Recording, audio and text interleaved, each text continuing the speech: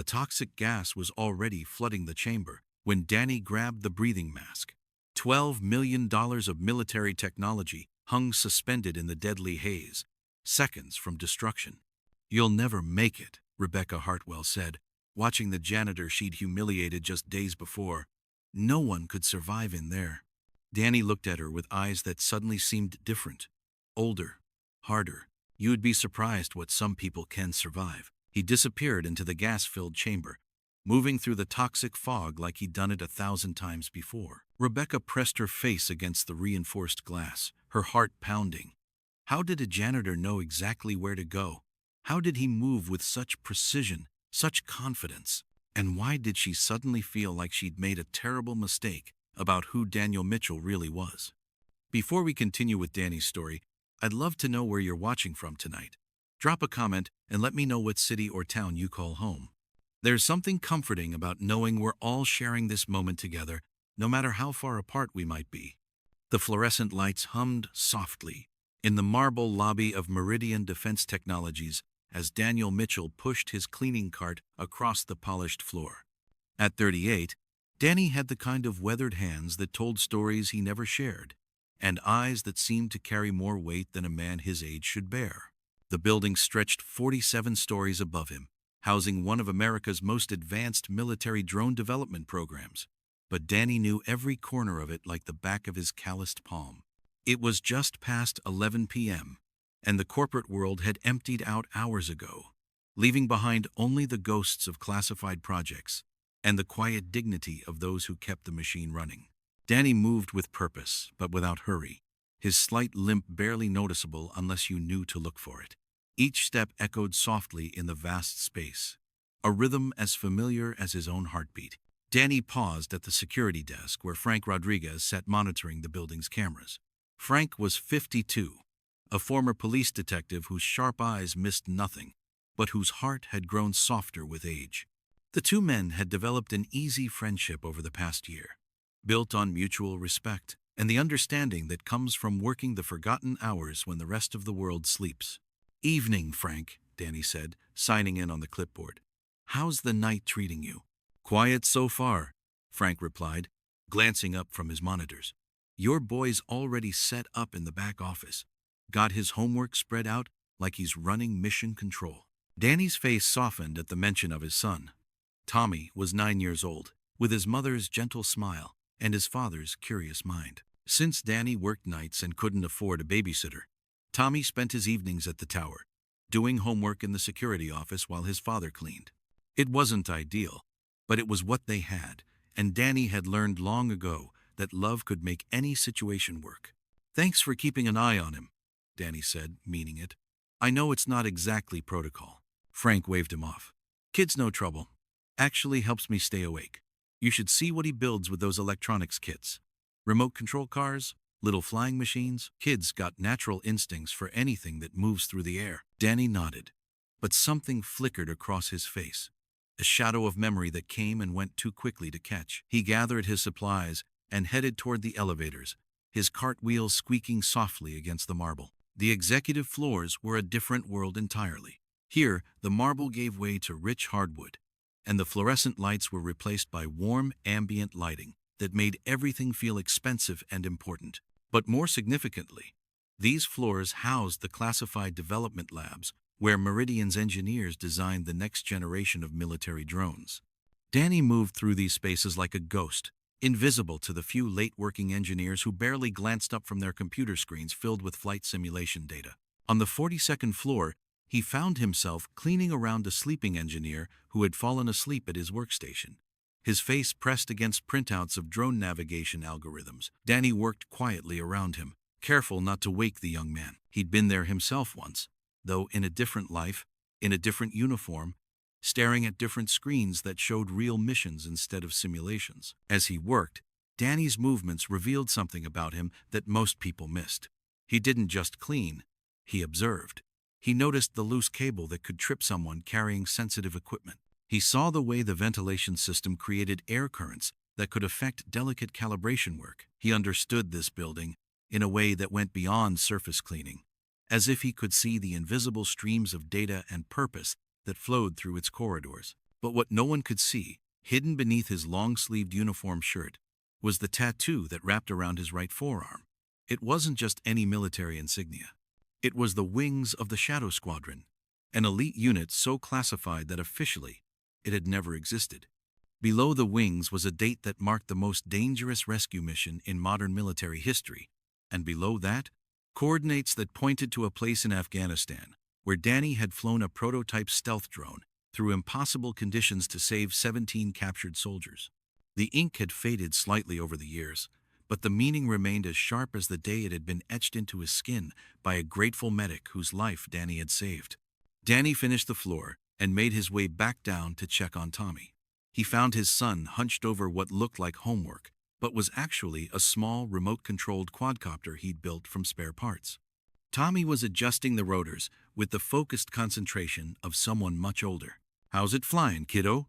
Danny asked, settling into the chair beside his son. "The balance is off," Tommy said, looking up with bright eyes that mirrored his father's intensity. "I think the weight distribution is wrong, but I can't figure out how to fix it without making it too heavy." Danny glanced at the small drone and felt that familiar flicker of recognition. Tommy had intuited principles of aerodynamics and flight control that most engineers learned in graduate school. Without thinking, Danny began explaining concepts in terms that went far beyond what any janitor should know, using language that spoke of training and experience that had nothing to do with cleaning supplies. "The key is understanding center of gravity versus center of lift," Danny said, his voice taking on a different quality, more confident, more authoritative. "You want them aligned, but you also need to account for how the weight shifts when the drone banks or climbs.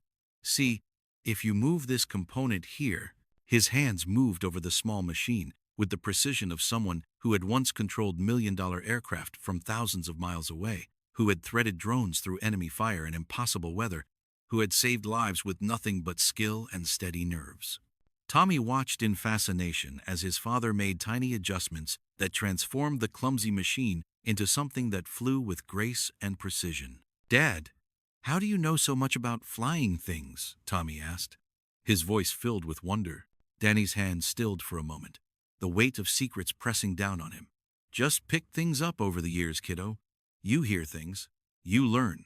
But Frank, watching from his desk, noticed something else entirely. He noticed the way Danny's hands moved over the drone with the confidence of an expert, the way his explanations used terminology that belonged in classified briefings, not custodial work. Frank had worked security for defense contractors before, and he recognized the signs of someone with a background in military aviation. As father and son worked together over the small drone, neither of them noticed the elevator doors opening on the ground floor, or the sharp click of expensive heels crossing the marble lobby. Rebecca Hartwell had returned to retrieve some files from the classified development lab, and she was not in a mood to be patient with anything or anyone who stood between her and her goal. Rebecca Hartwell was 34 years old and had inherited Meridian Defense Technologies 6 months ago when her father died of a heart attack in his corner office. She was brilliant, ruthless, and utterly convinced that weakness had no place in the defense industry. The board of directors watched her every move, waiting for her to stumble, to prove that a woman in her early 30s couldn't handle billion-dollar military contracts. The sound of her approach echoed through the building like a warning, growing closer with each determined step. Her heels clicked against the marble with the precision of a countdown timer, marking time until the moment when two worlds would collide. Danny was just showing Tommy how to program autonomous flight patterns when the elevator chimed, and Rebecca Hartwell stepped onto the security level, her expression thunderous and her patience already exhausted. The collision that was about to happen would reveal secrets that had been buried for years and change the lives of everyone in that building forever. Rebecca Hartwell stepped from the elevator onto the security level, her auburn hair perfect despite the late hour, and her designer suit showing no signs of the 18-hour day she'd just endured. At 34, she commanded Meridian Defense Technologies with the kind of ruthless precision that had kept billion-dollar military contracts flowing, even as the board questioned whether James Hartwell's daughter could truly fill his shoes. Her green eyes swept the security office and immediately fixed on the scene before her, a child sitting at Frank's desk, surrounded by electronic components and what appeared to be a small drone while a janitor in a rumpled uniform leaned over him, speaking in low, technical tones. "Excuse me." Rebecca's voice cut through the quiet like a blade. "What exactly is going on here?" Danny looked up immediately, his hands instinctively moving to shield Tommy from Rebecca's sharp gaze. Frank straightened in his chair, recognizing the storm that was about to break. "Ma'am, I can explain," Danny began. But Rebecca was already advancing, her heels clicking against the floor like gunshots. "You can explain why there's a child in a classified defense facility after hours?" Her voice rose with each word. "Do you have any idea what kind of security breach this represents?" Tommy shrank back against his father, clutching the small drone to his chest. He'd never seen an adult look so angry, so cold. Danny stepped protectively in front of his son, his own voice remaining calm despite the tension radiating through his body. "He's just doing homework while I work, ma'am. He's not bothering anyone, and he doesn't have access to any restricted areas." "Homework?" Rebecca's laugh was sharp and humorless. She gestured at the drone in Tommy's hands, at the scattered components on Frank's desk. "This looks like industrial espionage to me. How do I know you're not using your child to gather intelligence on our drone programs?" The accusation hung in the air like a physical blow. Frank started to speak, but Rebecca silenced him with a look. "And you," she turned her fury on Frank, "you're supposed to be head of security. How could you allow this kind of breach? A janitor bringing his child into a building that houses classified military technology?" Frank's jaw tightened. "Miss Hartwell, Danny's been bringing Tommy here for months. The boy stays in the security office, does his homework, doesn't cause any trouble. I've been keeping an eye on him." "That's not your decision to make," Rebecca snapped. "This is a defense contractor, not a daycare center. We have protocols, security clearances, federal regulations." She turned back to Danny, her eyes blazing. "What's your name?" "Daniel Mitchell." "Well, Mr. Mitchell, let me make something very clear. This building develops technology that protects American soldiers. We have contracts worth hundreds of millions of dollars. We cannot afford to have unauthorized personnel wandering around, especially children who might accidentally see or hear something they shouldn't." Danny's hands clenched at his sides, then slowly relaxed. "I understand your concerns, ma'am, but my son isn't a security risk. He's 9 years old." "A 9-year-old who apparently builds drones," Rebecca shot back, pointing at the device in Tommy's hands. "Where did he learn to do that? Who taught him about flight control systems and autonomous navigation?" The question hit closer to home than Rebecca could have known. Danny felt the weight of his hidden past pressing against his chest, the secrets he'd carried for years threatening to spill out under her relentless interrogation. "He's just naturally curious about how things work," Danny said carefully. "Kids these days, they pick things up from the internet, from YouTube videos." Rebecca studied the drone more closely, her engineer's eye taking in details she'd missed before. The construction was sophisticated, far beyond what any child should be capable of. The weight distribution was perfect, the rotor alignment precise, the control systems elegantly integrated. "This isn't some toy built from a kit," she said slowly. "This is professional-grade work. The kind of precision we see in our own development labs." She looked from the drone to Danny, suspicion growing in her eyes. "You helped him build this, didn't you? How does a janitor know enough about aerodynamics to create something like this?" Danny felt the walls closing in around him. Every instinct honed by years of classified missions told him to deflect, to misdirect, to protect the secrets that could destroy what little life he'd managed to rebuild. "I just helped him with the basic assembly," he said, following instructions, nothing more. But Rebecca wasn't buying it. She'd grown up around engineers and pilots, had spent her childhood in hangars and development labs. She knew the difference between someone following instructions and someone who truly understood the principles behind the technology. "Mr. Mitchell," she said, her voice dropping to a dangerous whisper, "I think you're lying to me. I think there's a lot more to you than meets the eye, and I don't like mysteries in my building." She turned to Frank. "I want a complete background check on Mr. Mitchell. Employment history, education, military service if any. I want to know everything about him by tomorrow morning." Frank shifted uncomfortably. "Miss Hartwell, Danny's been a model employee. Never missed a shift. Never caused any problems." "That's not what I asked for," Rebecca snapped. "I asked for a background check. Can you handle that? Or do I need to bring in outside security?" The threat was clear. Frank nodded reluctantly. I'll take care of it. Rebecca turned back to Danny, her expression cold and final. Mr. Mitchell, your son is no longer welcome in this building. Find alternative childcare arrangements immediately. And if I discover that you've been using your position here to gather information about our drone programs, you'll be facing federal charges. Tommy looked up at his father with confused, frightened eyes. Dad, what's she talking about? Why is she being so mean? The innocence in his son's voice cut through Danny like a knife. He knelt down beside Tommy, his voice gentle despite the storm raging around them. It's okay, kiddo. Sometimes grown-ups have to make difficult decisions to keep everyone safe. We'll figure something else out.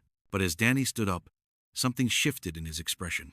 For just a moment, the mask of the humble janitor slipped, and Rebecca caught a glimpse of something else underneath. Something harder, more dangerous, more competent than any custodial worker should possess. You know what I find interesting, Miss Hartwell?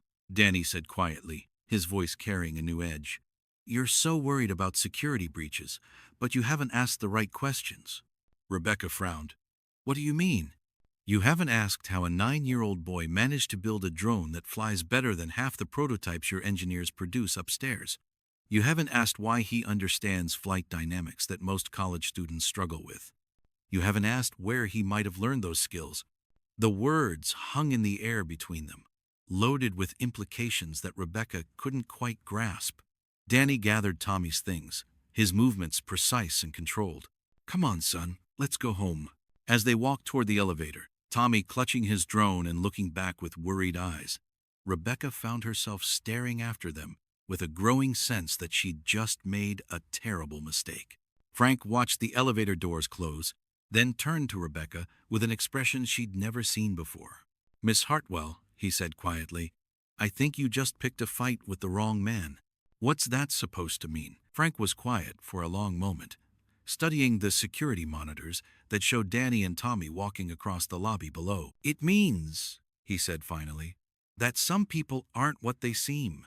And sometimes, the most dangerous person in the room is the one everyone thinks is harmless. Rebecca stared at the monitors, watching Danny's retreating figure, and felt the first stirring of doubt about what she'd just done. The next morning brought gray Seattle skies and the kind of drizzle that seemed to seep into everything. Danny stood at the kitchen counter of their small Georgetown apartment, making Tommy's lunch while his son sat quietly at the table, still subdued from the night before. The apartment was modest but clean, filled with the careful organization that comes from having very little and needing to make it count. Tommy pushed his cereal around his bowl, his usual morning chatter replaced by worried silence. Finally, he looked up at his father with those bright eyes that saw too much. Dad, why did that lady think we were spies? Danny's hands stilled on the sandwich he was making.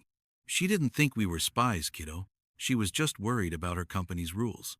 But you know about flying things. You know more than my teacher, more than anyone. Why don't you have a job doing that instead of cleaning? The question hit Danny like a physical blow. He sat down across from his son, choosing his words carefully. Sometimes life takes you places you don't expect, Tommy. The important thing is we're together, and we take care of each other. Tommy nodded, but Danny could see the wheels turning in his young mind. His son was too bright, too observant. Eventually, the questions would become impossible to deflect. After dropping Tommy at school, Danny returned home but couldn't sleep. Rebecca Hartwell's accusations echoed in his mind. But more troubling was the way she'd looked at Tommy's drone. She'd recognized the quality of the work, the sophistication that went far beyond a child's hobby project. If she dug deeper, if she started asking the right questions. Danny walked to his bedroom closet and pushed aside the hanging clothes to reveal a small safe hidden behind them. His hands shook slightly as he entered the combination, muscle memory from years of accessing classified materials. Inside were documents he'd hoped never to need again. Discharge papers, medical records, and a single photograph that made his chest tight every time he looked at it. The photo showed 5 men in flight suits standing in front of a hangar in Afghanistan. They were the Shadow Squadron, the most elite drone pilots in the military, specialists in impossible missions that officially never happened. Danny was third from the left, younger then, his face unmarked by the weight he now carried. Next to him stood his wingman, Captain Marcus Webb, grinning at the camera with the confidence of someone who believed he was invincible. Marcus had died 3 years later when their base came under attack. Danny had been piloting a reconnaissance drone over the Hindu Kush when the mortars started falling. He'd watched helplessly through his drone's camera as Marcus ran toward the burning communications center, trying to save the data that would protect other missions, other lives. The explosion that killed Marcus had been captured in high definition by Danny's own equipment. Danny closed the safe and tried to push the memories away, but they clung to him like smoke. He'd left the military not because of injury or scandal, but because he couldn't bear to fly anymore, couldn't trust himself with other people's lives, after failing to save the one person who mattered most. Meanwhile, across the city, Frank Rodriguez sat in his security office staring at his computer screen. Rebecca's demand for a background check had put him in an impossible position. He'd run Danny's name through the standard databases and found exactly what he'd expected: a wall of classified information that would require federal clearance to access. What he could see was troubling in its incompleteness. Daniel Mitchell had served in the Air Force for 12 years, achieving the rank of major before his discharge. His service record was heavily redacted, with entire sections blacked out. The only clear details were his decorations: a Distinguished Flying Cross, 2 Bronze Stars, and something called the Shadow Wing Citation that Frank had never heard of. Frank leaned back in his chair, pieces of a puzzle forming in his mind. The technical knowledge Danny displayed, the way he moved with unconscious military bearing, the sophisticated drone his son had built. It all pointed to someone with a background in military aviation, but not as a mechanic or support personnel. This was someone who had been at the sharp end of the spear. His phone rang, interrupting his thoughts. Security. This is Frank. Mr. Rodriguez, this is Rebecca Hartwell. Have you completed that background check I requested? Frank hesitated. I've run the initial searches, Miss Hartwell. Mr. Mitchell's military service record is mostly classified. I'd need federal authorization to access the details. There was silence on the other end of the line. Classified how? The kind of classified that suggests he wasn't just any soldier, ma'am. The kind that means he was involved in operations that officially never happened. Rebecca felt a chill run down her spine. What are you saying, Frank? I'm saying that maybe we should be asking different questions. Not whether Danny Mitchell is a security risk, but why someone with his apparent background is working as a janitor. After hanging up, Rebecca found herself walking to her father's old office, a space she'd barely touched since his death. James Hartwell had been a visionary, building Meridian Defense Technologies from a small engineering firm into one of the country's premier drone manufacturers. But he'd also been a man who understood that the best technology meant nothing without the right people to use it. She opened his desk drawers, looking for something she couldn't quite name. In the bottom drawer, beneath old contracts and technical specifications, she found a folder marked Shadow Program, Archived. Her hands trembled as she opened it. Inside were photographs from a military ceremony, her father shaking hands with Air Force officers she didn't recognize. But one photo made her breath catch. It showed her father standing next to a younger man in dress uniform, both of them smiling beside what looked like a prototype drone. The man's face was partially obscured by shadows, but his build, his posture, something about him seemed familiar.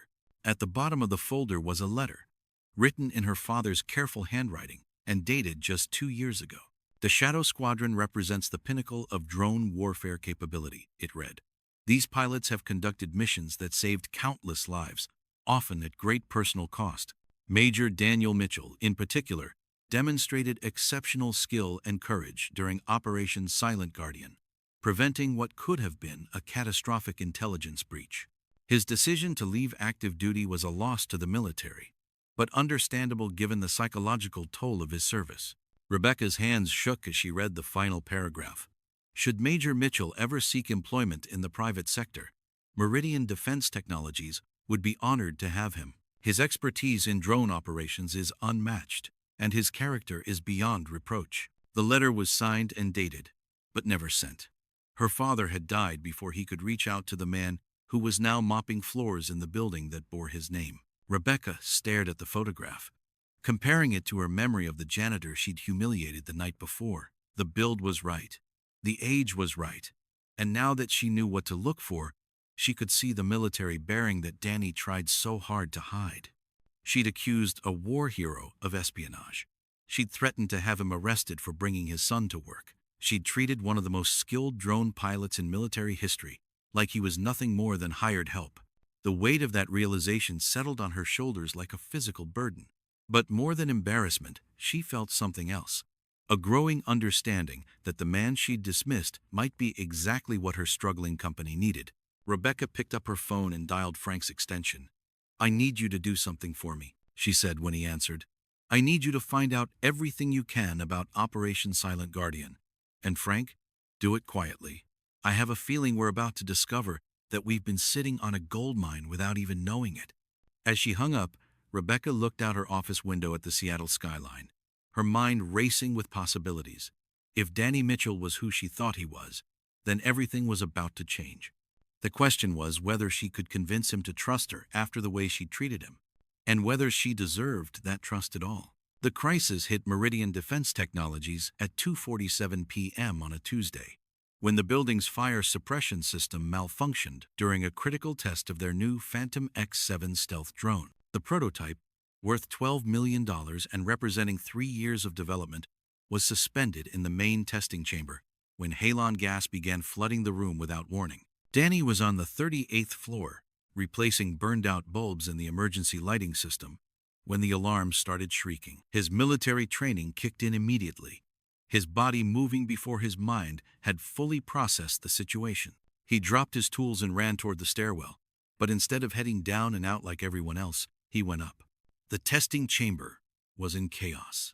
Engineers fled the room as toxic gas poured from the ceiling vents, but the Phantom X7 remained suspended in the center, its delicate sensors and electronics being destroyed by the chemical suppressant. Rebecca stood outside the sealed chamber, her face pale as she watched millions of dollars in research dissolving before her eyes. "Can't we shut it off?" she demanded, turning to her chief engineer, Dr. Sarah Chen. "The system's locked in emergency mode," Sarah replied, her voice tight with panic. "Someone triggered the manual override, but now we can't stop it. The drone will be completely destroyed in another 3 minutes." "What about the backup controls?" "They're inside the chamber. Someone would have to go in there, but the halon concentration is lethal. Even with breathing apparatus, you'd have maybe 90 seconds before the gas overwhelmed the filters." Rebecca stared through the reinforced glass at the prototype that represented her company's future. Without the Phantom X7, they'd lose the Pentagon contract that kept Meridian afloat. The board would have the excuse they needed to remove her, and everything her father had built would crumble. "I'll go," she said, reaching for a breathing mask. "Miss Hartwell, no." Sarah grabbed her arm. "You don't know the system layout. You'd never find the controls in time." That's when Danny appeared beside them, moving with the quiet confidence of someone accustomed to crisis situations. He'd taken the stairs 3 at a time, his slight limp forgotten in the urgency of the moment. "What's the situation?" he asked, his voice calm despite the chaos around them. Rebecca turned, surprised to see the janitor she'd humiliated just days before. "This doesn't concern you, Mr. Mitchell. Please evacuate with the others." But Danny was already studying the chamber layout through the glass, his eyes tracking the gas flow patterns, the location of the manual controls, the most efficient route through the maze of equipment. His mind processed the tactical situation with the speed of someone who'd navigated far more dangerous environments. "The manual override is behind the main test platform," he said, pointing to a control panel barely visible through the thickening gas. 60 seconds to reach it. 30 seconds to reset the system. 60 seconds back out. Cutting it close, but doable. Sarah stared at him. "How do you know where the controls are?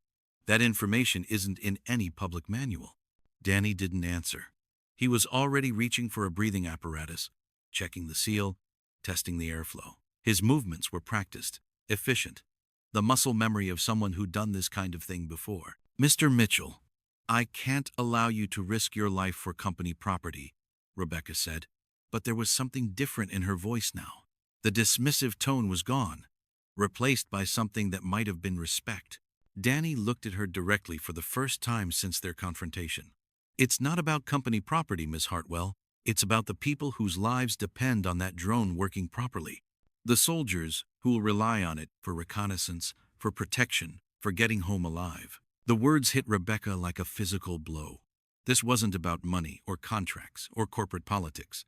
This was about the mission, about the lives that hung in the balance when technology failed. Danny sealed the breathing mask and moved toward the chamber door.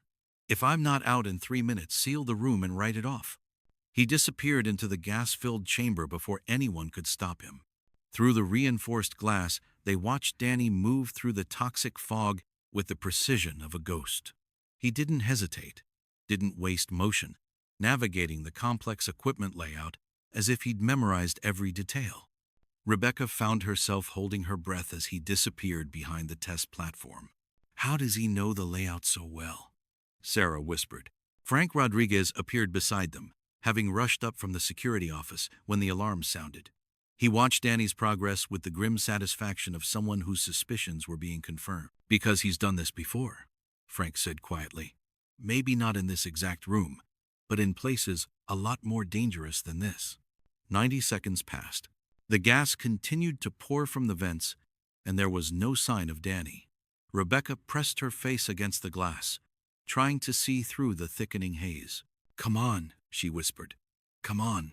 At 2 minutes and 15 seconds, the gas flow suddenly stopped. The vents sealed with a mechanical thunk that echoed through the chamber. Emergency fans kicked in, beginning to clear the toxic atmosphere. At 2 minutes and 40 seconds, Danny emerged from behind the test platform, moving quickly but not running. He reached the chamber door, just as his breathing apparatus began to flash red, indicating filter failure. He stumbled out of the chamber and immediately began stripping off the mask, his hands shaking slightly from oxygen deprivation. Sarah rushed to check his vitals while Rebecca stared at him with an expression of complete bewilderment. How? She asked. How did you know where everything was? How did you move through there like you'd done it 1,000 times before? Danny looked up at her, his breathing still labored, and for a moment his carefully constructed mask slipped completely. In his eyes, Rebecca saw something that made her blood run cold. The haunted look of someone who'd seen too much, done too much, lost too much in service to his country. Because I have done it before, he said quietly. Just not in a testing chamber. Frank stepped forward, his voice gentle but firm. Danny, I think it's time to tell them who you really are. Danny was quiet for a long moment, staring at the Phantom X7 as it hung undamaged in the clearing chamber. Finally, he rolled up his sleeve, revealing the faded tattoo that had remained hidden for so long. The Shadow Squadron wings seemed to glow under the fluorescent lights, and below them, the date that marked the most classified mission in modern drone warfare history. Rebecca gasped, recognition flooding her face. Sarah stepped back, her hand covering her mouth. Frank nodded grimly, his suspicions finally confirmed. Major Daniel Mitchell, Danny said, his voice carrying the weight of years of secrets. Shadow Squadron, retired. The silence that followed was broken only by the hum of the ventilation system, clearing the last traces of gas from the chamber. Rebecca stared at the man she'd treated as invisible help, seeing him clearly for the first time. He wasn't just a janitor, he was a legend. The conference room on the 45th floor had never felt smaller. Rebecca sat across from Danny, with Frank and Sarah flanking them like witnesses to a reckoning that was 15 years overdue. The Seattle skyline stretched beyond the floor-to-ceiling windows, but none of them were looking at the view. Danny's sleeve remained rolled up, the Shadow Squadron tattoo visible to everyone in the room. The secret he'd carried for so long felt both lighter and heavier, now that it was finally exposed. Operation Silent Guardian, Rebecca said quietly, reading from the file Frank had managed to access through his military contacts. 17 soldiers trapped behind enemy lines in Afghanistan. Conventional rescue impossible due to terrain and enemy positions. Shadow Squadron deployed experimental stealth drones for reconnaissance and extraction coordination. She looked up at Danny, her voice barely above a whisper. You saved them all. Danny's jaw tightened. Not all of them. The report says. The report doesn't say everything. Danny's voice carried the weight of old pain. My wingman, Captain Marcus Webb, died trying to protect the extraction site. I was flying Overwatch, supposed to keep him safe. I failed. The room fell silent. Sarah reached across the table, her hand hovering near Danny's before pulling back, unsure if comfort would be welcome. "Is that why you left the military?" Rebecca asked. Danny nodded slowly. "I couldn't trust myself with other people's lives anymore. Every time I put on the headset, every time I took control of a drone, I saw Marcus dying. I saw all the ways I could fail again." Frank leaned forward. "So you became invisible instead. Took a job where no one would ask questions, where you could disappear. I had Tommy to think about. Sarah, my wife, she was sick. Cancer, the medical bills, the treatments that insurance wouldn't cover." Danny's voice broke slightly. "I needed work that didn't require security clearances or background checks that might delay employment. Janitorial work was honest, available, and it kept us afloat." Rebecca felt the weight of her father's letter in her jacket pocket. The job offer that had never been extended, the recognition that had never come. "Danny, I owe you an apology, not just for the other night, but for everything. For not seeing who you were, for treating you like you were invisible." "You weren't wrong to be suspicious," Danny replied. "I was hiding something. I just wasn't hiding what you thought I was." Sarah cleared her throat. "The Phantom X7 project is behind schedule. We've been struggling with the autonomous navigation systems, the target recognition protocols. We could use someone with your experience." Danny shook his head.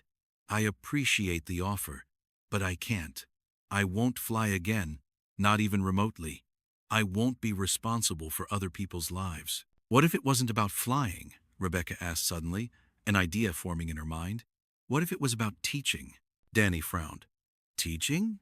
Rebecca stood and walked to the window, her mind racing with possibilities. "We have contracts with the military to train drone operators. Right now, we're using simulators and classroom instruction, but our success rate is only 60%. Too many pilots wash out because they can't handle the psychological pressure, the disconnect between sitting in a comfortable chair and making life or death decisions thousands of miles away." She turned back to Danny. "You understand that disconnect better than anyone. You've lived with the consequences, the guilt, the weight of responsibility. You could teach them not just how to fly, but how to carry that burden." Danny was quiet for a long moment, considering. "You want me to teach people to do the job that broke me? I want you to teach them to do it better than you did. To learn from your experience, your mistakes, your pain. To be stronger because of what you've been through, not in spite of it." Frank nodded approvingly. "It makes sense, Danny. You've got the technical knowledge, the operational experience, and the wisdom that comes from failure. That's a rare combination." "And Tommy?" Danny asked. "What about my son?" Rebecca smiled, the first genuine smile she'd worn in months. "Tommy comes too. We'll set up a proper after-school program, maybe even a summer camp for kids interested in engineering and technology. He can learn alongside the other children, and you can keep an eye on him." Sarah leaned forward excitedly. "We could call it the Shadow Foundation, a place where military families can find support, where kids can explore STEM careers, where veterans can transition to civilian roles in the defense industry." Danny looked around the room at these three people who had somehow become allies, who saw value in his broken pieces and wanted to help him build something new from the wreckage of his old life. "I have one condition," he said finally. "Name it," Rebecca replied. "No more secrets, no more hiding. If I do this, I do it as myself. Major Daniel Mitchell, Shadow Squadron, retired. All of it. The successes and the failures, the medals and the mistakes." Rebecca extended her hand across the table. "Deal." Danny shook it, feeling something shift inside his chest. For the first time in years, he felt like he might be able to breathe again. 6 months later, the Shadow Foundation occupied an entire floor of Meridian Defense Technologies. Danny stood in front of a classroom full of young drone operators, his Shadow Squadron wings visible on his rolled-up sleeve, no longer hidden but worn with quiet pride. "The hardest part isn't learning to fly," he told his students. "It's learning to carry the weight of the decisions you make in the air. Every mission matters. Every choice has consequences. And sometimes, despite your best efforts, people die." He paused, looking out at the young faces that reminded him of himself at their age, full of confidence and certainty that they could handle anything. "But that doesn't mean you stop trying. It means you try harder. You learn from every mistake, honor every loss, And never forget that the person on the other end of your camera feed is someone's son or daughter, someone's hope for coming home. After class, Danny found Tommy in the Foundation's workshop, building a new drone with two other children whose parents worked at Meridian. The boy looked up as his father approached, his face bright with excitement. "Dad, look what we're making. It's got collision avoidance and autonomous return to home and everything." Danny knelt beside his son, watching him work with the same focused intensity he'd inherited from both his parents. "That's incredible, kiddo. Your mom would be proud." Tommy smiled, then looked serious for a moment. "Dad, are you happy now? I mean, really happy?" Danny considered the question, thinking about the long journey from the broken man who'd started mopping floors to the teacher who now helped others find their way through the darkness he'd once lost himself in. "Yeah, kiddo," he said, ruffling Tommy's hair. "I think I am." Outside the workshop windows, the Seattle skyline stretched toward the horizon, full of possibilities and new beginnings. Danny had learned that sometimes the best foundations are built not from strength, but from the wisdom that comes from being broken and choosing to rebuild. He'd found his wings again, not in the sky, but in the lives he could touch, the students he could guide, and the son who reminded him every day that love was the strongest foundation of all. The Shadow Squadron had taught him to fly, but Tommy had taught him to land. And sometimes landing was the most important part of the journey. Danny's story reminds us that the people we overlook, the ones we think we know at first glance, often carry the deepest wisdom and the greatest capacity for grace. In a world that's quick to judge and slow to understand, maybe we all need to look a little closer, listen a little harder, and remember that everyone we meet is fighting battles we know nothing about. Sometimes the janitor is a war hero. Sometimes the quiet person in the corner has saved more lives than we could imagine. And sometimes the greatest act of courage isn't flying into danger, it's choosing to rebuild your life with love and purpose after everything falls apart. If this story touched your heart, please share it with someone who needs to be reminded that their past doesn't define their worth and that second chances can lead to the most beautiful new beginnings. And don't forget to subscribe for more stories that celebrate the extraordinary people hiding in ordinary places. What's your story? Have you ever discovered that someone in your life was more than they seemed? Share your experience in the comments below. I read every single one, and your story might just inspire the next video. Until next time, remember, we're all just walking each other home, and the kindest thing we can do is see each other clearly along the way.